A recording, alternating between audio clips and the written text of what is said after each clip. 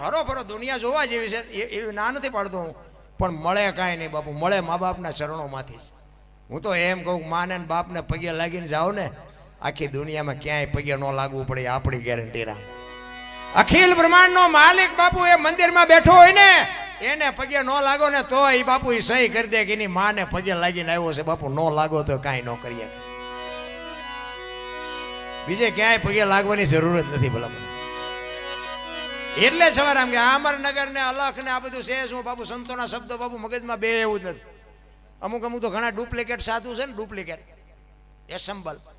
એ બાપુ એવા ભૂંડી ભાઈના ચેક ભરાણા છે ને, એક જગ્યાએ એક બનેલા બાપુ હતા ને, આ સાધુની એક બાપુ ભાષા હોય, સાધુની એક એની પરંપરા હોય.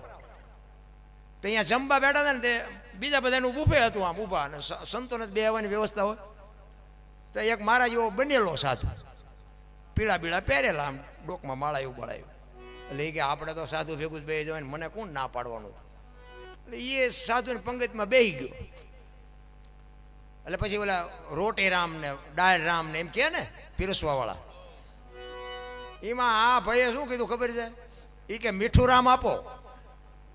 અને બડખે બેઠા હતા ને બાપુ, એ કે સાલા ઓ જાણતા નહીં કે એક ચીપિયો નાખ્યો. એ કે મીઠું રામ બોલાય, રામ રસ બોલાય. એ કે બાપુ મને નથી ખબર કે બનેલો શું ને, કે હા કે બારો નીકળ. બાપુ આવા બનેલા કેટલાય હલવાના છે. સાધુની ભાષા હોય ભલામણા, પરંપરા હોય, એની કંઈક સંસ્કૃતિ હોય.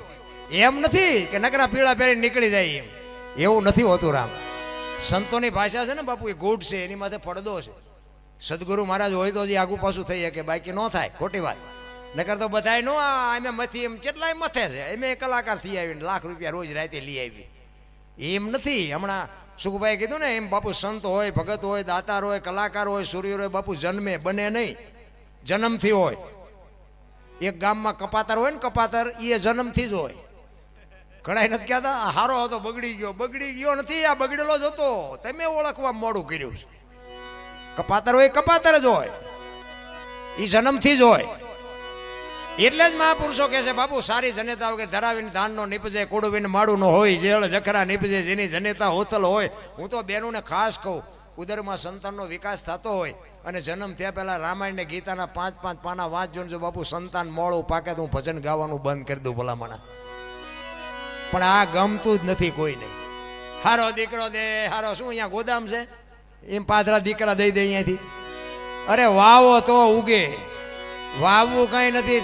પછી અમુક અમુકને નથી કે હે ભગવાન એકાદો દે, અમુકને છે એ કે આના કરતા દીધો ન તો સારું હતું. તો આપણને એમ કે સારું આમાં છોકરા દીધે હક છે કે ન દીધે હક છે?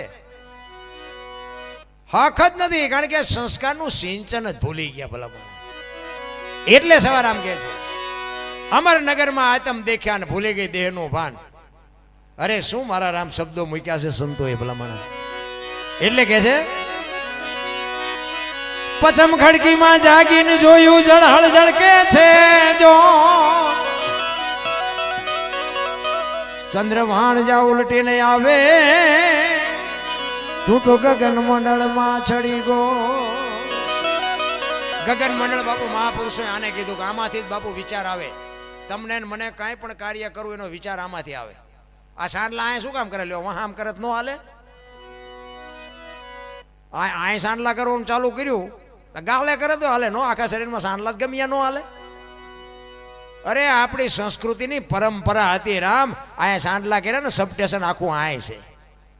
અને આય સબસ્ટેશન છે ને, આ રહી ને આ એ તો આ દુનિયા જોવાની છે. આ બંધ થઈ જાય પછી આય જો ઉઘડી જાય ને તો બાપુ ક્યાંય અંધારું નથી. આ બનાવ્યું ને એ તો આપણું છે. આ ચારે વહી જાય કંઈ નક્કી નહીં. સદગુરુની કૃપા થાય ને જો અંદર ઉઘડી જાય ને તો આ દુનિયામાં અંધારું ક્યાંય નથી બાપુ.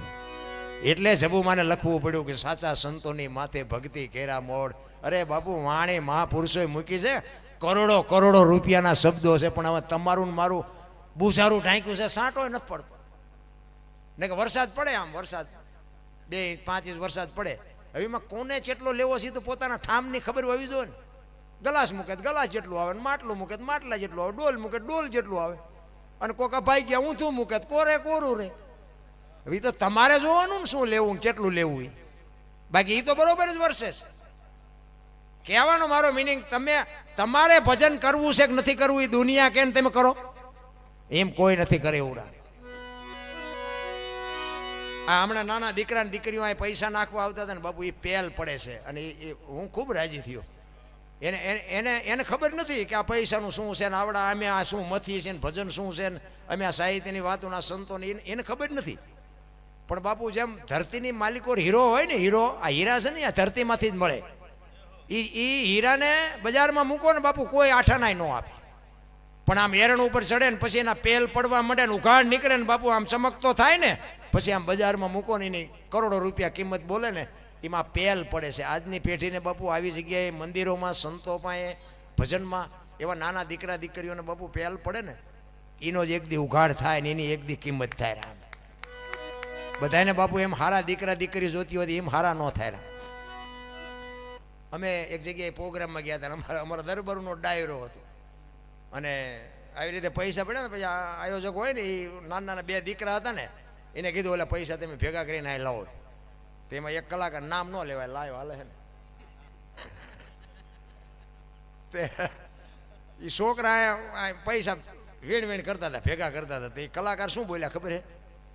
એ કે એટલે આયોજક કોણ છે? આ છોકરાને લઈ જાઓ ને કે આવડા નડે છે, કે પિતૃ નડે એમ કે નડે? એ પિતૃ નડે એમ કીધું ને બાપુ અમારો દરબારનો ડાયરો બે ઉછ્યા હો. અને મને ખબર એ પડી જાય. મેં કીધું જો આ માર ખાઈ જાવ કે ના રહ્યા તો ભાઈ કહેવાય આમના. તો અહીંયા આવીને માર્યા તો નહીં, પણ એ કે તમે આમ એક બાજુ ખાઈ જાઓ, બીજાને બે હોય. અને તમે કહો ને કે પિતૃ નડે, એ અમારા કેલૈયા કુંવર છે, અમારા સંતાન છે. તને પિતૃ કહેવાનો કોઈ રાઈટ નથી. આમ એક બાજુ બેસી જાય કે માર ન ખાવો હોય તો. એ કે ના હું તો ખાલી આનંદ, કે ના આનંદ હમણાં અમે તને કરાવશું, કે એક બાજુ ખાઈ જાય. અને બાપુ વાઈટો હોય તો. અને ખરેખર આ સત્ય હકીકતની વાત કરું, તમારે જાણવું હોય તો હમણાં આપણો પ્રોગ્રામ પૂરો થાય બહાર આવજો, હું કહીશ તમને, નામે દઈશ. કહેવાનો મારો અર્થ બાપુ બોલાતું બોલાય. મારા દીકરા બાપુ કપાતર હોય તો એ મારા છે, એમાં તમે કેવી રીતે કહી શકો? ગમે એના દીકરા બાપુ સમાજ છે એમ તમે કહેવાય કેવી રીતે? એ પછી પૂરું થયું ને પછી કે મારું પેમેન્ટ, કે તને મારતા નથી તારું પેમેન્ટ છે. એક બે વડીલ હતા ને, એમને બાપુ સમજાવીને મારવા ન દીધો. અને નક્કી કર્યા હતા 60-70,000 રૂપિયા, પણ 5,000 રૂપિયા આપ્યા. એ કારણ ગાડીને ડીઝલ નતા આપો. એ બે વડીલ હતા ને એને અપાયા. બાપુ આમ થાય, ભજન કરતા ભવાઈ થઈ જાય. હા એવું હેલું નથી. અહીંયા તો છે ને બાપુ, એ સદગુરુ મહારાજની કૃપા હોય ને બોલાય. આ અમે બોલી છે ને એ અમારો આત્મો જાણે છે. તમારું ગામ છે ને, અહીંયા આવીને એક વખત જે બોલાવો ખબર પડે, જો લોહીના ધબકારા વધી જાય. હા એવું કે નાની એવી વાત નથી, તો સંતોની કૃપા છે કે અમે આ બોલી શકી છે. અને અમે 100% સાચું બોલી એવી કોઈ દાવો નથી. હા આમાં તો જેટલું ખોટું એ છે. રામ વનમાં ગયા હતા એ બધા કહે છે એટલે અમે કહીએ છીએ. રામ ગયા હતા હું નહોતો અહીંયા, ચોખેન ચટ વાત. પછી તમે સવારે ફોન કરો તો મેળ ન પડે. 500 રૂપિયાના ઘઉં લાવો ને, એમાં કાંકરા જે આવે ને એ 500ના ભાવના જ હોય, ખવાય નહીં. એટલે આમાં તો કાંકરા જેવું કંઈક આવશે ને કાઢી નાખજો. હા નકે એ ભેગા દળાવશો દાંત પડી જાય છે. એટલે 500ના ભાવના જ કાંકરા આવે. એટલે આમાં સત્ય છે. રામની કૃષ્ણની બાબુ આ વાતું છે. હું તો એમ કહું કે રામ ને કૃષ્ણ સામો બેઠો બેઠો મને સાંભળે છે. હું બોલું છું ને મારો રામ સાંભળે છે. મેં કોઈ રામને, મેં કૃષ્ણ ને રામને કોઈને જોયા નથી. કર્મની ગતિની ખબર નથી. રામ જેવા રામને 14 વર્ષ વનમાં જવું પડ્યું એમ શાસ્ત્ર કહે છે. શું એનું કર્મ?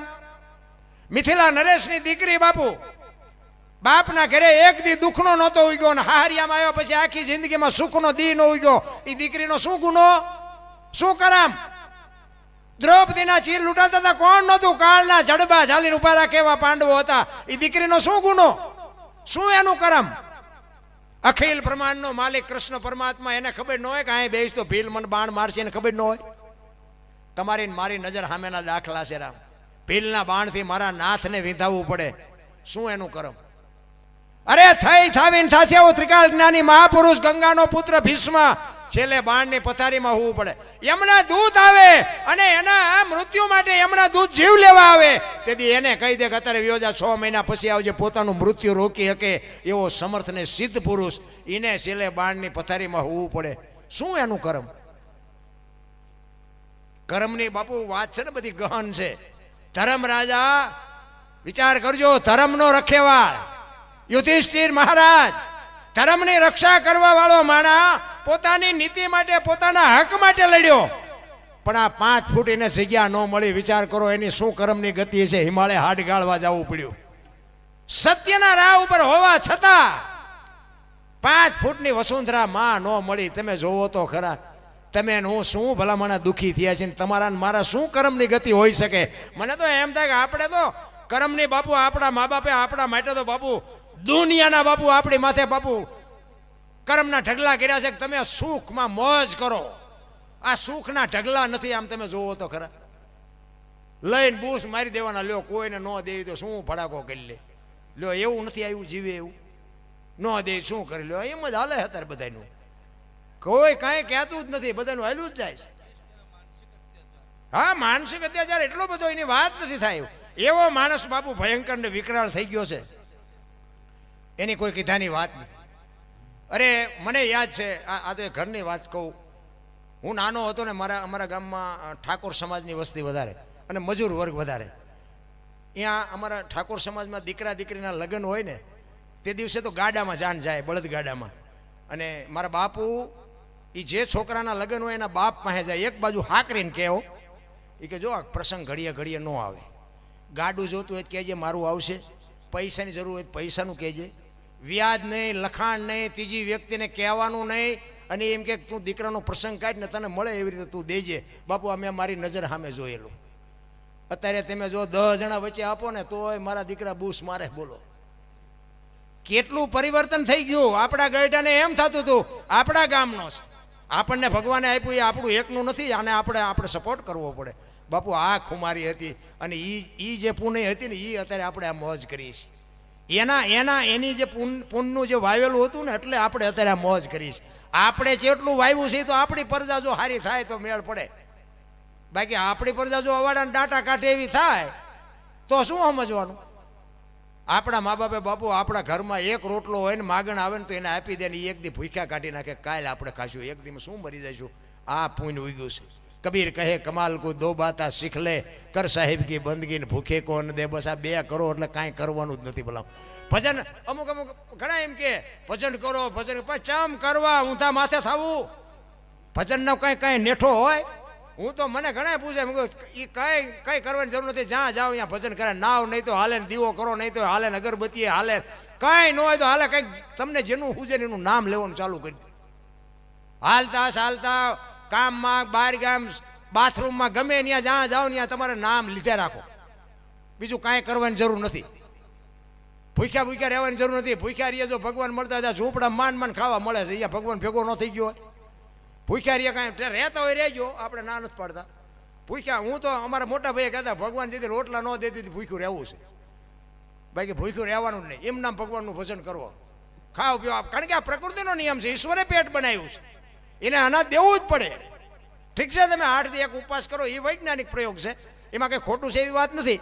પણ કહેવાનો મિનિંગ કે ભૂખ્યા રહીએ ભગવાન મળી જાય એવી મારા મગજમાં વાત નથી બેહતી. રહેતા હોય રહેજો. એટલે સવારામ કહે છે ચંદ્રભાણ જ્યાં ઉલટીને આવે ગગન મંડળમાં ચડીને ગોત. આમાંથી ગોત ને બધું ચડી જાય છે. બહાર આટા કાંઈ મારવાની જરૂર નથી. ભલામણ ચંદ્રભાણ જ્યાં ઉલટીને આવે તું તો ગગન મંડળમાં ચડી ગો.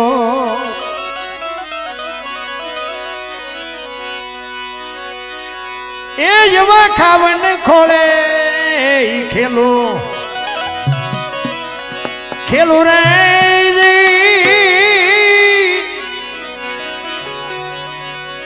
સુરતા જ્યારે જ્યારે જ્યારે શબ્દને વરે એવો ગુરુ ગમ પ્યાલો પીજો.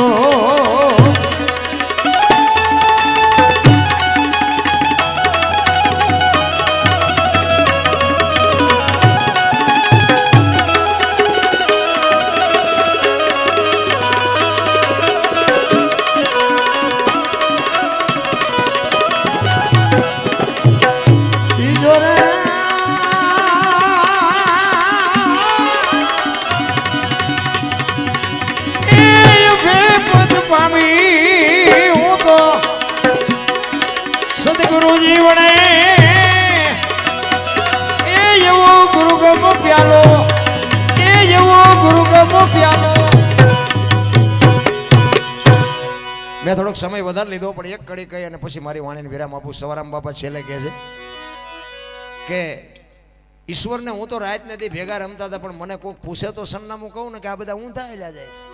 સંતોના રુદિયા રોયા છે. સતાર બાપુની વાણી કે જેને જેને કહું એ કયું નો માને, મૂર્ખો ગણી મને મારે છે લાતું નથી રહેવાતું, હવે નથી રહેવાતું. જેસલની વાણી કે રોઈ રોઈ કોને સંભળાવું, મારો રુદિયો રોવે માયલો. કચ્છનો બારવટીયો તમે જોવો તો ખરા, એક ગાન બે કટકા, અને એ દુનિયામાં બાપુ પીર થઈને પૂજાઈ જાય. ભજનનો પાવર કેટલો હોય. અમરમાની વાણી કે હાલ રે ફકીરી મારી દેવાંગી વિના બીજું કોણ જાણે. આ જગતને શું મારી ફકીરીની ખબર હોય ભલા મને. સંતો રોયા, આપણા હાટું રોયા, પણ હવે આપણને જ મગજમાં નથી ઉતરતું આપણા સંતો શું કરે ભલા મને.